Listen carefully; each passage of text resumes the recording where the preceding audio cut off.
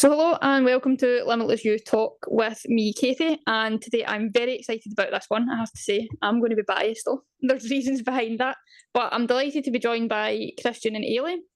Kristian is CEO and founder of programme Ready for Anything, and Eilidh is not only head of athletic performance, but also his other half, who joined Ready for Anything back early part of this year, 2024, but they are also both my coaches. So I was delighted. I basically reached out and I was like, I would love to get them to do it together.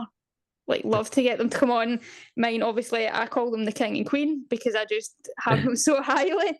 May as well put that out there right now. But thank you both for agreeing to do this with me. It's very special for me personally. But yeah, to have a chat and get to chat to both of you at the same time is special.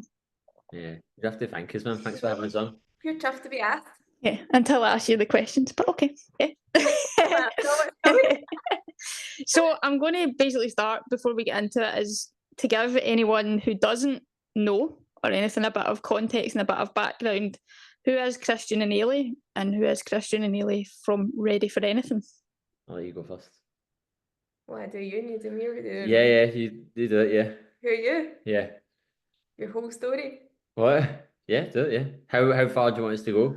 As far as you want. I'm leaving it completely up to you both.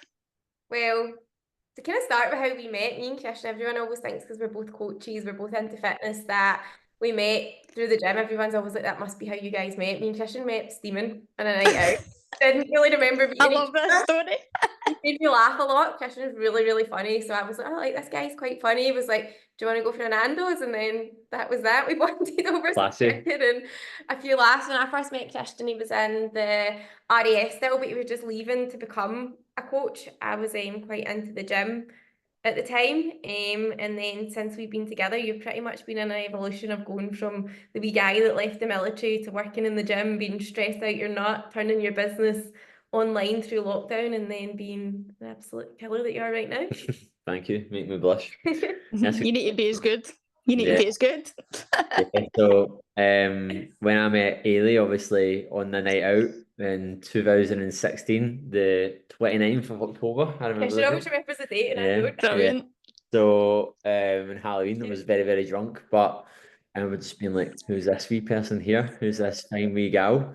And then dressed as Harley Quinn. Yeah, then we just had to off, man, from the get-go. And it's funny, I remember like I told Eilidh, like I was like, I'm leaving the military, man. Like I won't be going away and stuff. And then literally as soon as we met, man, I had to go away. So we didn't see each other for the first like part of a relationship. We were with each other for like a short period of time at home, and then I had to go away. I was only away for a short period of time. Came back for Christmas and then went away again. Then I was back home. But Eilidh, when I met her, was a hairdresser at the time, and I would say a very talented, capable person, but probably didn't see that a lot in herself. Probably had a lot of belief in the sense that that was her destiny, in the sense that where she was at. And then I've just watched her evolve and evolve and evolve into an absolute wee operator. But she's always been good at things. Like she's very, very good at everything that she does. From literally, she fucking made a bit of furniture. Like when we made the house, I was like, how do you know how to do that? Like she literally like would not have the patience for that. Yeah, like so like yeah, but like very, very talented. Eilidh's very talented at whatever she does. She's very, very meticulous at whatever she does. And I know it's people say this, but they're so good at doing things. But when Eilidh does anything, she does it really, really well. Whereas I do things really well, but like I don't care about getting things wrong. Like I don't care about like I will actually like you know how many spelling mistakes in presentations every single week. I don't care. So yeah, like I think in ways that's your superpower as well. Yeah, I think that's probably like it's relentless action. So and obviously the more you take action, the better quality it gets with things. But I mean, we're actually talking about it today. We're just talking about like how when you do something for long enough, you just build up this like level of resilience that you don't really care what happens. You just keep taking action, man, and it just happens over time that you just keep going. This is what I need to do. This is what I need to do. So yeah, that was and then Eilidh's obviously at the start of the year. End of last year, actually, late 2023, we decided to merge businesses. Then we merged businesses at the start of the year. And since then, the rest is history. Ready for Anything's really evolved now.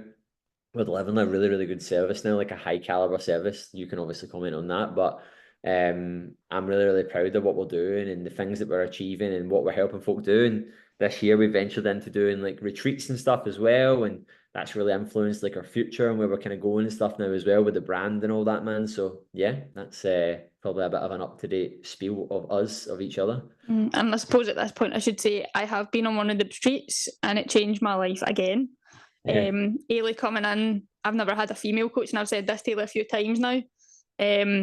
I thought my programmes were quite easy, and then Eilidh came in, but it's been one of the best things to up my level of it. So obviously they weren't easy. You were they weren't easy, but Eilidh, yeah, that's why Eilidh is head of athletic performance. That's yeah, there's a reason. But so the last couple of weeks, I've been in a lot of meetings in the funeral industry and things like that, and learning about strategy, like all these big fancy words that I have no idea what they mean. And I heard the word they were talking about partnership. So they were talking about us as funeral directors, as well as the prepaid markets and the companies that we work with. And I thought of you two when I heard the word partnership, because obviously you're not just a partnership as Kristian and Eilidh together as a couple, but you're also partnership with Ready for Anything. So, and I thought about it like the foundations that you both have built up together to get to where you are right now. And what does it look like heading into the future, both personally and professionally, that will just keep growing your partnership? So when you're asking that, like, in what sense? Like, obviously, I know what you mean about the partnership, but what do you mean in the sense that, like, what will grow? So you both as personal, like growing your life together, where you want to be in the world, and obviously what your business looks like, your dreams, aspirations. Like our goals. Yeah. Yeah. I'll let you go first, and then. So we have just decided that we're going to put our house up for rent. So this is kind of personal and business goals all in the one. Me and Kristian, pretty much since we met, have been talking about going travelling. And then earlier on in this year, two of my really good friends, my best friend and one of my other really good friends, told me within a week of each other that they were pregnant. And I started almost having a bit of a midlife crisis. Not that I want a baby right now, but me and Kristian would like a family at some point. It was more like a wake-up call to me of, shit, like there's still so many things that I want to do with my life before I start a family that I haven't done yet, that I've just kept saying, yeah, I'll do that, I'd like to do that, and never actually done anything about it. So we were like, do you know what, like, yeah, we do want to have a family, like we're both 30 now, like it is something that we do have to start thinking about a wee bit. So we were like, fuck it, sorry for swearing on your podcast, Katie. No, you're allowed, absolutely allowed. Up for rent and let's just go and travel. We've got a business that allows us to do that, to go to work from wherever we want, to work remotely, but also with that, we have like a vision for the future to start pretty much like a business that is almost like retreats, like a from home sort of business. We want to buy a house abroad, eventually settle down. You've kind of got a big vision for it's called the ranch, where we're going to have like a gym facility, somewhere where people can come stay. It's a bit of a like lifestyle business, and it's based off of like lots of different experiences that we've had traveling the world, a lot of places that we've liked, and we want to be able to do that for other people. Like me and Kristian love hosting, we love doing the retreat, we love seeing like people and meeting people in person as well, and it's almost like a big kind of gel of like everything that we enjoy just together, isn't it? Kind of really bringing lifestyle and business together, because it already kind of is for us anyway, isn't it? Yeah, I think for me, like, I don't want 400 clients like and Ready for Anything. I like having, like, we've got a great business and we've got a really, really attentive business as well, and yeah, it's going to keep growing, and we'll probably get another team member in the next year or whatever and stuff as things grow and things go. But like, I want to actually look at like, how can we build this brand into even more of a lifestyle? And I think we got a taste of that when we done the retreats and stuff, and we've had a taste of it in all different parts. Like, there was a point in the retreat in April where I just went, this is what I want my life to look like. Not just running retreats every single week, but I kind of was tying in Taylor that we've been to the different places where we've stayed in really cool Airbnbs, places in Southeast Asia, places in Spain. And we also like the sort of nomadic lifestyle as well, where like you come and go. And we really liked like all the places we've been. I've always been like, this is great, but I wish it had this thing that was at this other place. So we just want to create like a place that like we can continue to build the brand that is Ready for Anything. The online coaching part is just one part of it. Then we've obviously got the part where folk can come and spend time on the retreats. We'll run these like awesome retreats and these awesome like sort of training camps and stuff. But then it's also going to be a little bit of a mecca that folk can go to and go and spend. It'll be like an Airbnb where someone can go and spend 3 or 4 weeks. Let's imagine someone who works online, works remotely, and they're like, I want to go and spend 6 weeks out there, and they can do that. Do you know what I mean? Like, I want to create this like place that's like it almost runs itself. Do you know what I mean? Like, it almost like just like the people who make it. Like, me and Eilidh really value community. Like, we really value, and every time we've went somewhere, we've always found like I fucking love the fact that like we had our own space, had our own thing, but we made really good friends with them, or there was those people there, and I'm like, but I've always lacked that. There's never anywhere that's like imminently that you can just go to that's like that. So we want to try and create that.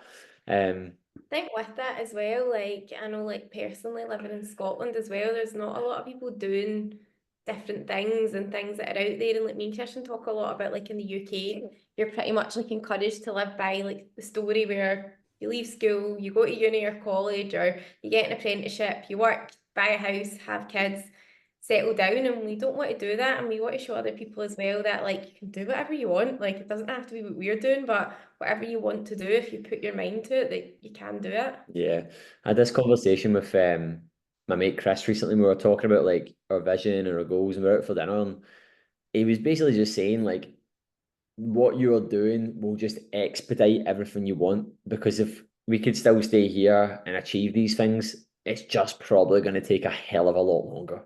Do you know what I mean? Because of we're not going to have that exposure. We're not going to be thinking on that level. We're not going to, and it's not to say that, oh, because this place is bad or this place. It's just because like we got to walk here and we see like one other person.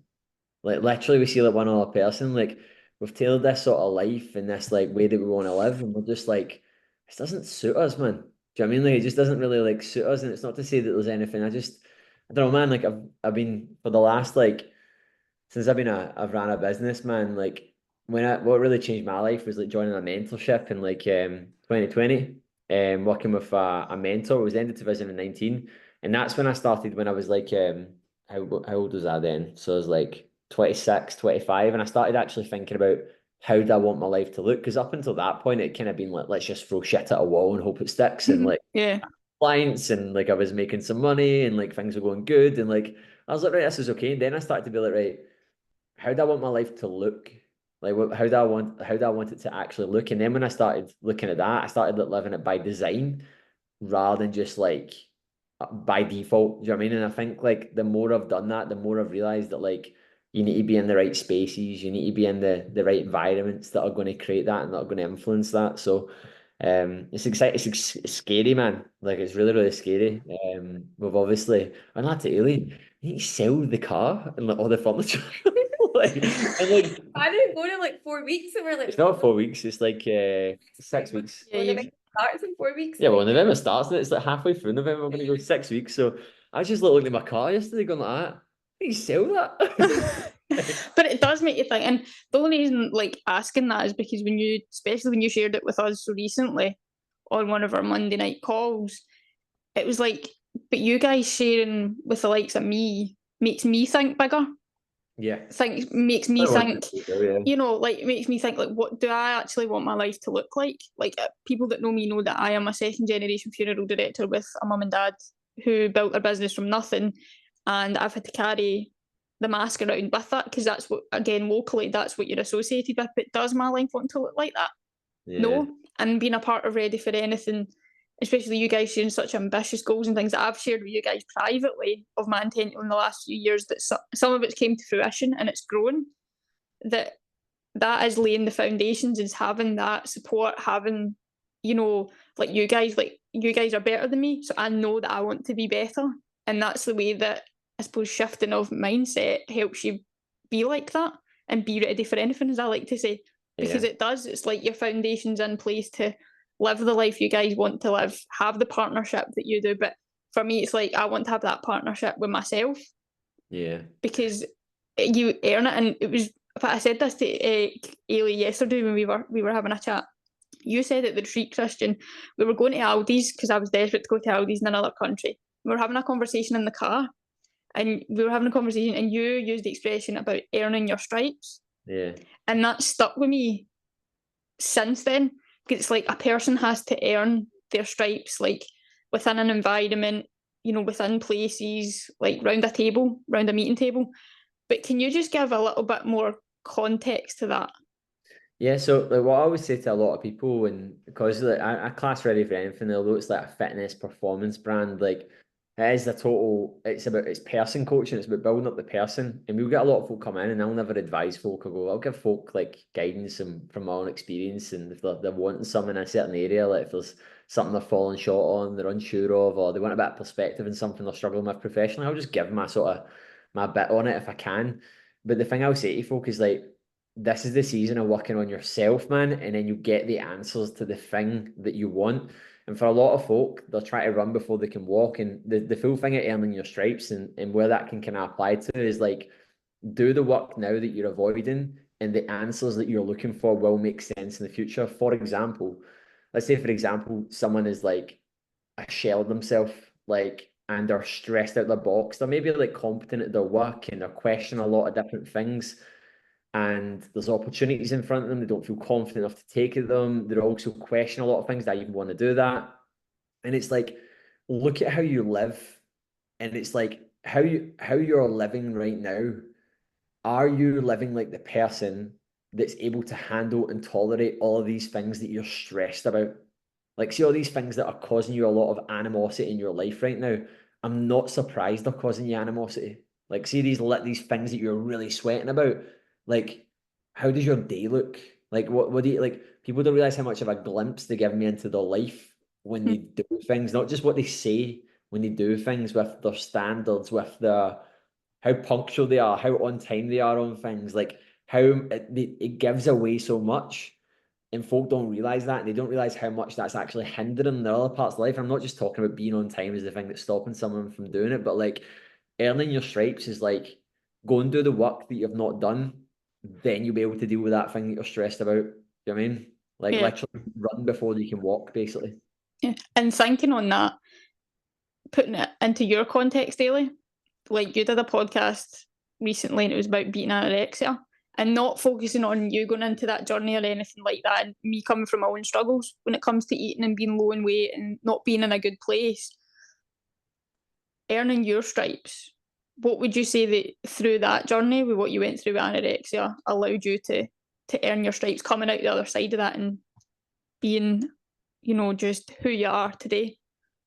I think just always doing the things that I didn't want to do, because like when you're obviously going through recovery from an eating disorder, every day you wake up with a big vicious voice in your head trying to get you to do what you've always done and not act in a certain way. So like waking up every morning and having feelings of like not wanting to eat or to over exercise and just not acting on them, speaking about it when like I maybe didn't feel comfortable with doing something, and just having a really strong support network around about me. And just with time, like I think earning your stripes just comes with time and showing up and doing the work. Yeah.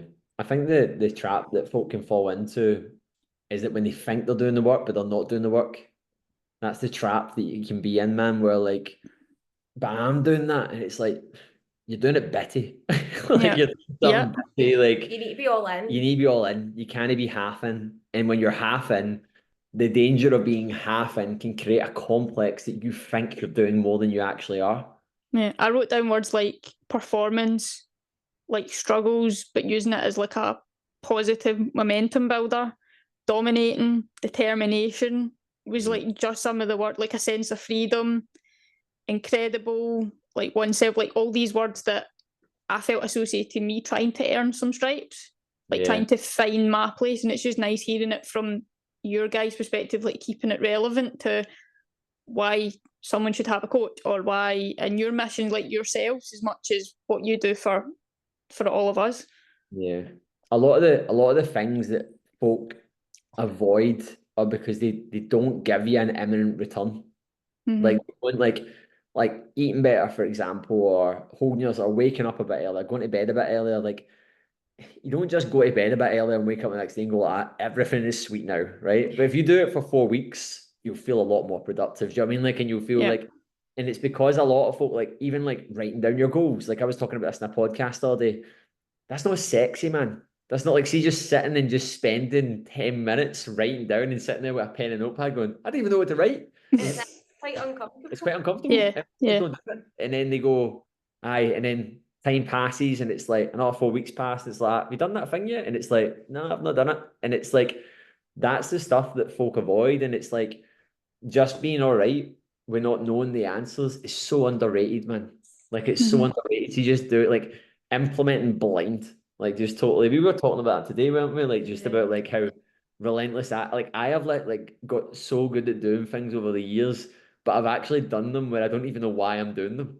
Like, I'm just doing them, and I think that's such a dying art, man. That you should obviously have some sort of strategy or plan to what you're doing, but like, if you can get to the point where like you're just doing the things and you don't even fucking question like the return, you're just like, this is what I do. Like, it really, really pays off, doesn't it? Yeah, I think as well putting yourself out there with your goals, whatever it is that you're working towards, like when you like going back to what you were saying about earning your stripes there, like the thing that I went wrong with my eating disorder for so long was that I didn't tell anyone. So even when I got to the point where I'd recognised it was a problem and I wanted to get better, I tried to fix it by myself and kept it to myself. But as soon as it was out in the open and it was exposed and people knew about it, like there was that added pressure as well of like, right, well, people know now that I'm not well and I'm in recovery. So I need to show these people that I can want to do this. And like people get so scared about saying their goals out loud, sharing their goals, telling people whether they've signed up to an event or whether it's for like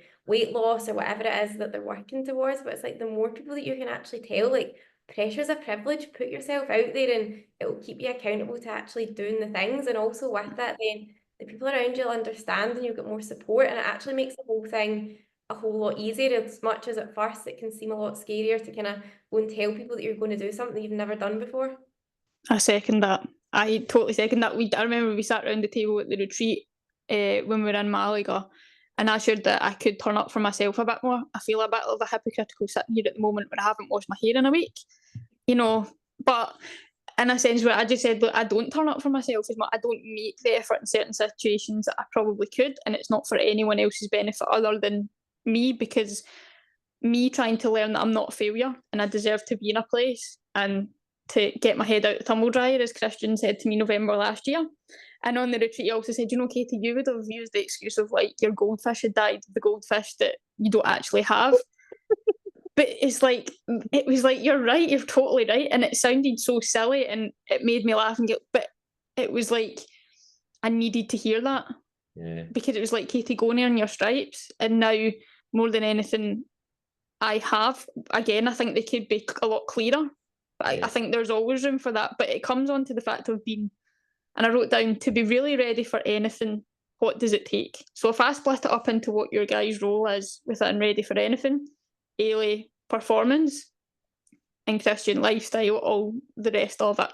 So what would you say it takes to be ready for anything? I think it's just an outlook, isn't it? It's just this like outlook to embody personal responsibility, to look at things internally as well as externally. Anything that we get challenged every single week, whether that's like through, training, whether that's personally, whether that's professionally, whether that's something that doesn't go to plan, something in I think having the humility to just go, what part did I play in that there? Or what part, like I would say, like people lack the responsibility to actually look inwardly, even if it's not their problem, make it a you problem. I think that's like a really, really like good way to look at things as well. Yeah, where's the truth in it? Where's the truth in it? In the sense that whatever's happened, like, I don't know, like, let's say, for example, like, I've burnt myself out, or I'm feeling like proper low in energy and really, really tired from training, and I'm maybe going, I need to scale this back here. But then I'm also like, what have I been doing? Like, what have I not been doing? What have I like? Although, like, yeah, I probably need to scale things back, and I also need to look at like, where have I played my part in this? That's been, because a lot of folk are just very much so like, this is what I don't know why and they try and pin it to one thing, and it's like, it's not one thing. It's like a series of different things and decisions. So I would probably say, like, from an actual mindset standpoint, like the thing that I think a lot of folk lack in why I love sort of what I'm really trying to encourage people to do is to build up a level of trust and responsibility, personal responsibility they've never had before. Because when you start doing that, you really, really like, you really start making a lot of momentum, because you realize that it doesn't matter how bad your circumstances are. If you adopt that mindset, you will get over things a lot quicker. Like you'll just anytime something's from your way. So like I would say that's something that I'm really trying to push is like my sort of role is like I'm trying to get folk to build more trust and belief in themselves, but also actually adopt personal responsibility of like yeah, this has happened, but you're also being a fanny. Do you know what I mean? Like you're also like I was a fanny for a long time. Yep. Big one is like drinking's a big one. Loads of folk just go like they're just like I'm not anti-drinking or anything like that at all, but it's like folk just always go, oh, I feel this way right now. I'm like, you had fucking 5 drinks at the weekend. Like, I think as well, like alcohol now, like people don't count having a few as having a drink. Like people say to you, like, I don't drink, but then they'll drop in the conversation, I just had like 3 beers at the weekend, and you're like, that's still having a drink. Fitter that you get, believe it or not, this doesn't seem very fair, but the fitter that you get, the more effect that alcohol actually has on you, particularly when it comes to your recovery from like training sessions, because when your body's fitter, you're a lot more likely to get like disrupted during sleep at the best of times because your body's trying so hard to recover when you're really pushing performance. So if you're somebody that's actually trying to like level up athletically, and then every weekend you're having like 2 or 3 beers and you're just telling yourself that you don't drink, like it's going to have an effect. It's going to have a really big effect. And it's, again, I'm not anti-drinking, like me and Kristian enjoy a drink, but it's having that awareness to be like, right, okay, well, I took those actions and that's why I'm feeling like this. Like even last week, me and Kristian were away in the retreat, and as much as like I'd like to say it was a very chilled out weekend, like on the Monday we left in the middle of the night to fly out to Spain. We got to Spain, we trained really hard all week. We had double hard training days. We were looking after everyone all week, like as much as it was a really, really good fun week. And then we travelled back late on the following Monday night, so we never get into like 1 in the morning. I think I drank more Coke Zero than what I did water when I was away, and all of that stuff has a knock-on impact. Like this week I've had a sty in my eye, an infection in my toe, a rash in my chest, and at the beginning of last week I just felt a bit rinsed, but I'm like, well, do you know what, like get it up me, because I just took on too much at once and I didn't always make the best choices. And don't even get up. It's just like that's just what happens. And it's spade's a spade, man. Like that's folk are just like they just can't. They're always like, no, but I didn't, and this didn't happen. I mean, get it up me as in it's my own actions. I don't mean get it up. Like,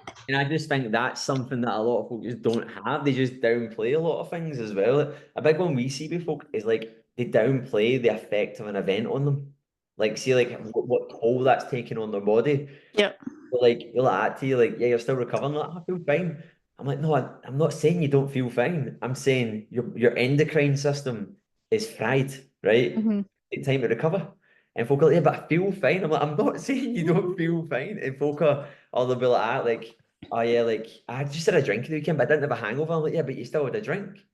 Oh yeah, but I didn't have a hangover. I'm like, I'm not saying you didn't have a hangover. I'm saying you consumed alcohol. Yeah. Like, just because you weren't white, Ian. Yeah, but it's the same thing. Yeah. Everything's extreme. So folk are always just like, yeah, man, like, no, my eating's been good. I'm like, you haven't had a vegetable in a week.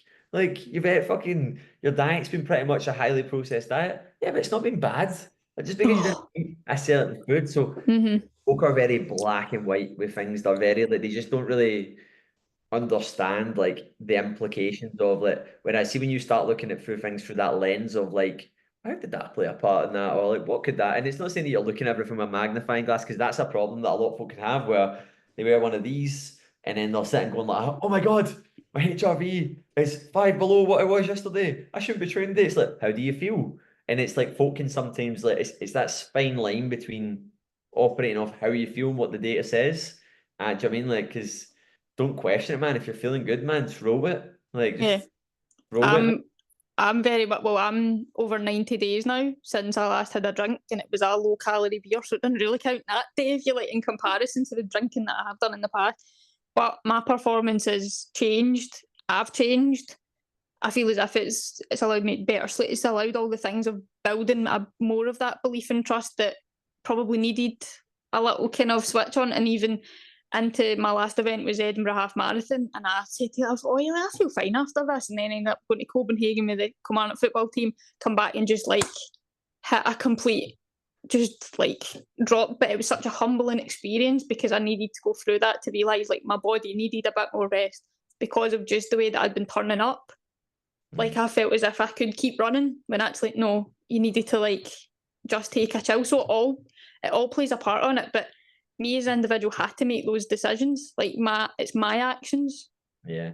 And it wasn't always like that. I can assure anybody it wasn't always like that. You need to live all this stuff though to feel it. It's very well someone telling you and someone listening to this, but you need to go and do something and fall flat in your face and go, oh, that's what that feels like.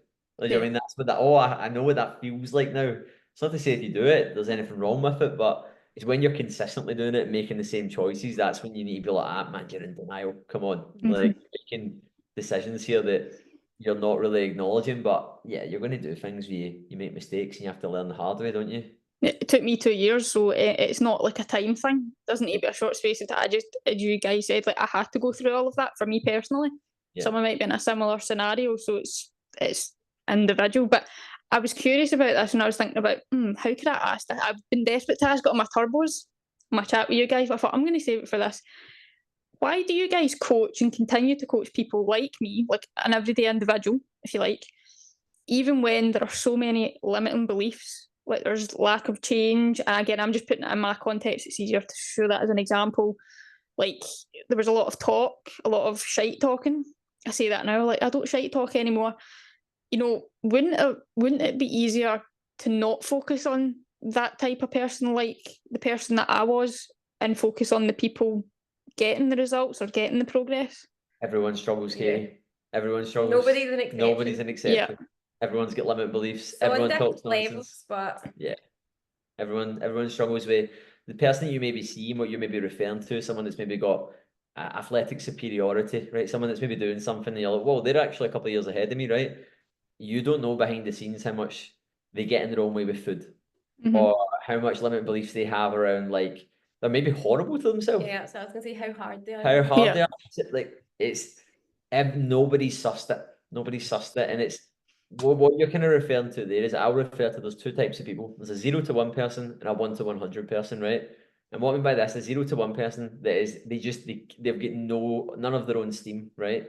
We don't typically help folk. It's not saying that we don't help folk get steam, right? We do, right? Yeah. But see, like I specifically say, see if you don't know your training, you really, like, you can't hit consistent weeks of training, ready for anything's going to overwhelm you, right? It's going to overwhelm you, right? When you join, it's been a while since you've been in the program now, so it's evolved and changed. It's not to say that we don't help, we're anti-helping people. That it's because we've created an environment, a space where we don't coin ourselves as what I would call an accountability coach. So I'm not going to be like, have you done this? Have you done that? Like, you're in the wrong program. If I'm asked, like, if I'm having to ask you that, there's something going wrong. Do you know what I mean? I think the thing is, like, we see potential in people, and that's like the difference. If we didn't see potential in somebody, they wouldn't be in the program in the first place, and that's it. That's why it's not that something's easier. It's more about knowing what people are capable of and meeting somebody where they're at, so that you can then get the best out of them to help them go where you know that they can actually potentially go. So you can get people coming in at all different levels that they might tick 5 of the same traits, but then they have really contrasting struggles. Do you know what I mean? So you might have someone that's like, they've both been training for 5 years, they've both competed at a certain event, they're both a similar age, they're both like literally so many similarities. One of them actually struggles with, they've just realized that they still struggle with binge drinking, and the other one actually has a terrible relationship with food. Do you know what I mean? It's like, it doesn't matter, like they can be ticking all those things there. It's just folk come in at really different stages, and we all have problems, man. We all have like things that we're working on, things that we're dealing with. And I think now it's like people just aren't honest enough about what they're struggling with. And I've just seen it far too many times now, like through coaching, like high performers. Do you know what I mean? Like the high performers, more of like something that you're shaping yourself into. We're interested. We want the diamonds in the rough, man. To make them. Quite like that. Yeah. We want people to come in so that we can turn them into that person. I don't see if I walk down, I always use this example, right? See if I walk down, see if I looked at, right, what's the byproduct of someone ready for anything, the direction you're heading in right now? How many folk are in your shoes right now if I walked down Buchanan Street? Not many, right? It'd be pointless me marketing to those people because they don't exist. Yeah. There's very far few. I need to go like, right, what's the attributes and traits? How does that speak to that version of me 3 to 5 years ago? Do you know what I mean? Yeah, I said that. Yeah, that makes a lot of sense. I'm not trying to market to let me now. because they probably wouldn't need me. Like, I need to market to me like 3 to 5 years ago. That's not true because we were lost without a John for a few weeks. Yeah, just everyone. We've got a coach. But it is like, so it is like everyone is coachable. Yeah. It's just like, so like without you guys believing in me, for example, taking my context, like you guys were believing in me a lot more than I was believing in me. So Yeah. it's like, as Eilidh said about her, like having support, it just shows that you have to go through everything. It all fits the funny jigsaw together. Everyone's coachable, but not everyone wants to be coached. Yeah. Everyone would benefit from having a coach, but not everyone is coachable. Yeah. There's a lot of you need to be, like a lot of folk need to be coached on how to be coached, which is quite mad because they don't get it. Quite often it's people's perception of what they need to change that ends up being the thing that actually holds them back. And I think that's what you experienced at the retreat. There was a lot of beliefs there that was just shattered when you seen people doing a lot of the things that you thought you wanted to achieve, but you thought weren't achievable because of whatever that beliefs were. You know what I mean? And you've seen in the flesh. Yeah, there's fucking guys and girls at this retreat that are getting into the shape of their life right now, and they're eating the same food as me, and they're having meals, and they're, do you know what I mean? And it was like, you being in that environment was like, what? Like, it was like I can do this. It was like a weird, like, oh, I can. There's such a thing. It was like, oh, it was like they're just like me. You know, we're all individual. And I was like, oh, I can, come back and do this. I bet I can not eat my own words when I come home here. And I haven't looked back since. But before I let you both go, everyone that comes on the podcast are getting asked the same question. You guys have sort of mentioned it on calls, and you mentioned it earlier on, but individually. So each of you, what do you feel is your superpower as individuals? And then what is a superpower of Kristian and Eilidh together? What's yours?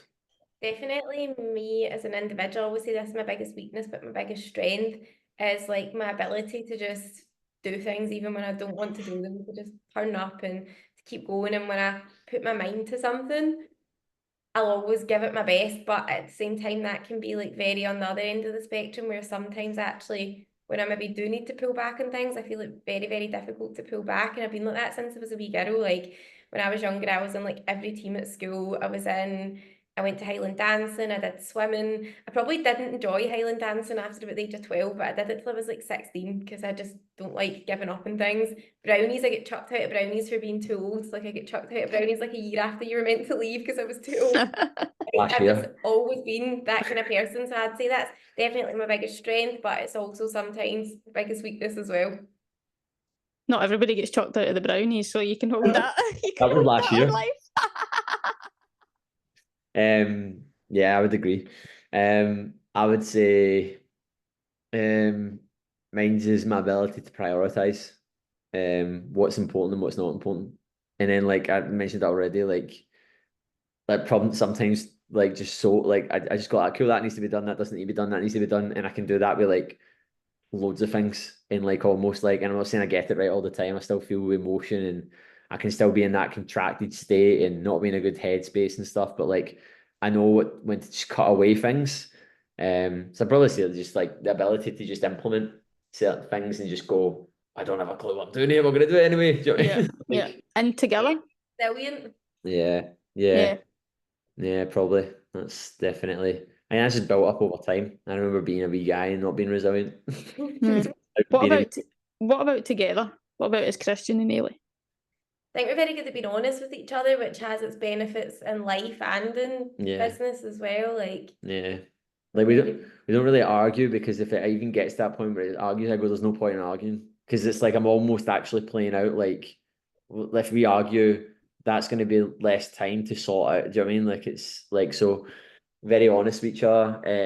Things that need to change, things that need to happen, like things that we done, things that we didn't do, things that we need to. Do you know what I mean? Like we just go, yeah, let me just say it like it is. You know what I mean? Love that. I think that sums you up your partnerships really, really well. No, I just want to say again, thank you so much for joining me for this conversation. Such an insight, but learning, and hopefully anyone else can take something away from it as well. Thanks very much for having us on, Katie. Not a problem. Thank you.